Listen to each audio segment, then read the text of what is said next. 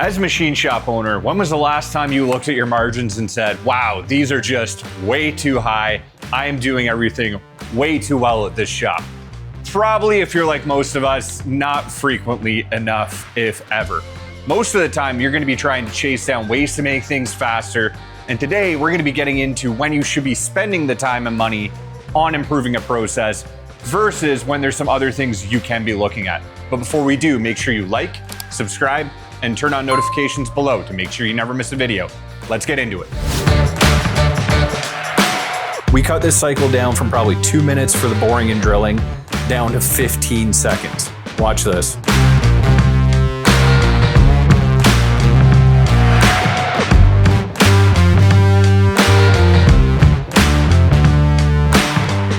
Okay guys, so today, as promised on Machine Shop Talk, we are going to be diving into one of our own processes here at Lakewood Machine Tool that we have been working on.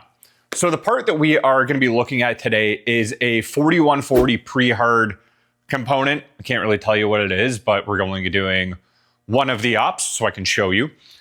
But this is a part that we run quite a few of, and when I say quite a few of, it ends up being about 200 parts. There's a few different variants, but they're all kind of the same when it comes to the internal bore. Now, the internal bore we're talking about today has a fairly tight tolerance. It has a slip fit tolerance for a dowel, because these need to be inserted and removed, but also not rattle around when they're in place, just part of the function.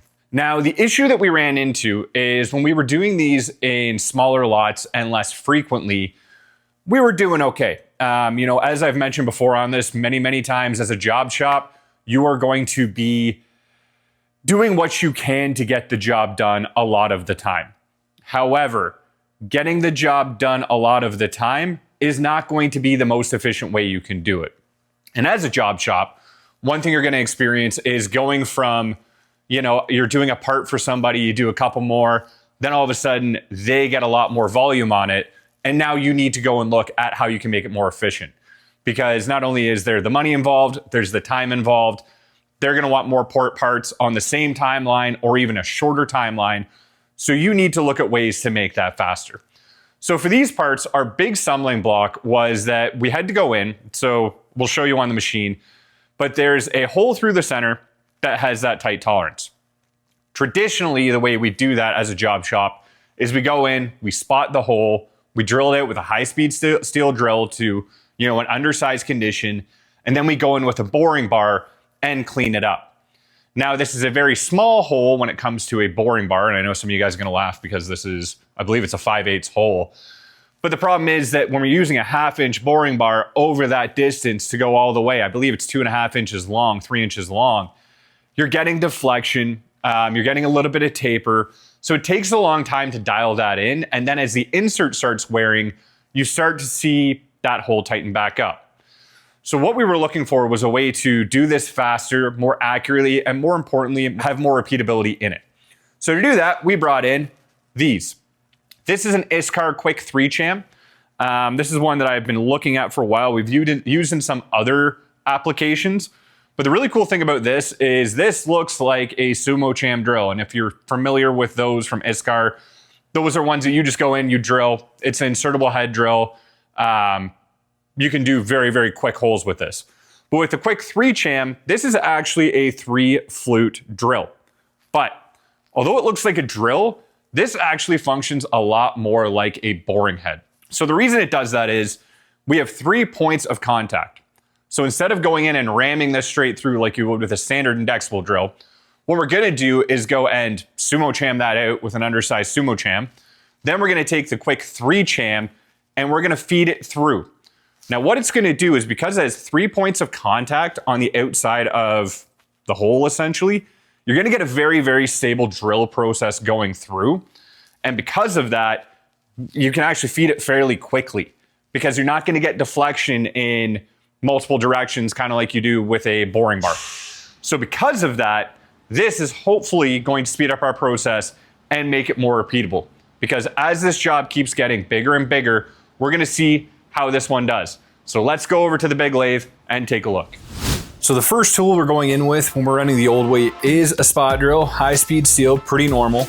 After that, we're gonna hop in with a high speed steel jobber drill. Everybody's used them. And then we're going to use a standard boring bar. You can tell this is not the nicest tool in the world. It has been around the block, but it served us well, and it's run these parts many, many times.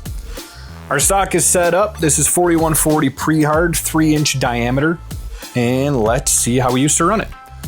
So we're going to speed this up, but we're just going to come in, face the part, take it to size, take it to diameter. You can see we got a little bit of nesting there, whoops. But after that, then we're going to get into our drilling operations. So here we go. Let's come in. Here's our spot drill. Pretty easy to see even through all that coolant. We have our spot made. After that, we're going to come in with that high-speed steel jobber drill. And this is going to be sped up because this took a very, very long time. I believe total cycle time for this one part was 4 minutes before when we were running it this way. And a very large part of that was the high-speed steel drilling and then coming in with the boring bar to finish it up. So this is going to go ahead. Again, we don't have through coolant for this tool. Obviously, you know, we have coolant coming through the holder, which is pretty good and it works. Like I've said, we've run it this way many, many times before. And we are just about through. Again, we're going through 3 inches of that 4140 pre-hard steel. So it's got a lot to get through. Again, we got to keep that coolant right at the cut at all times. After that, we're going to come in with our boring bar. So we're using a 1/2-inch boring bar because we are doing a 5/8 hole. You can see we're hanging out just as long as we have to because we want to keep as much rigidity in that tool as possible. So we're going to turn the coolant off so you can hopefully see as much as you can. This is going in and just taking little passes to size that hole in. Now, of course, even though we have that tool chucked up as much as we can, you're going to get some deflection when you run in this method. It's just, you got to dial it in. It is what it is. Once it's dialed in, it runs pretty well. But again, it's not the fastest thing on earth. We'll speed this up a little bit as well, just to let this one get through.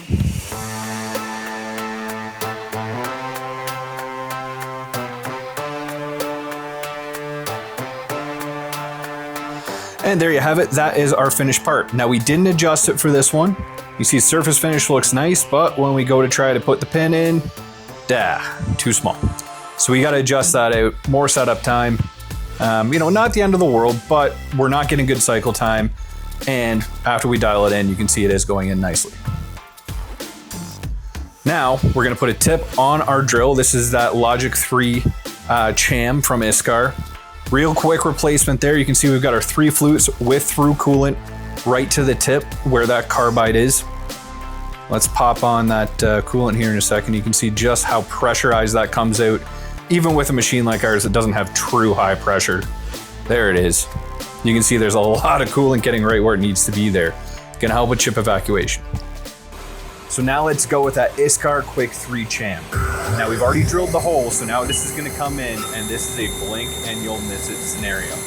This does have that through coolant that works very, very effectively to keep the chips from building up. And just like that, it's done. We're gonna rerun it here without coolant, just so you can see just how quickly this is going. This is not actually cutting here because it just did the cutting in the previous show there. And just like that, it's done. And you can see the hole quality on that is really, really good. The other thing this does is it keeps that hole very, very straight. It's because of the pressure on those 3 inserts. And here you can listen, you can hear just how good that fit is after a 10-second drilling operation with that Iskar Quick 3 Cham.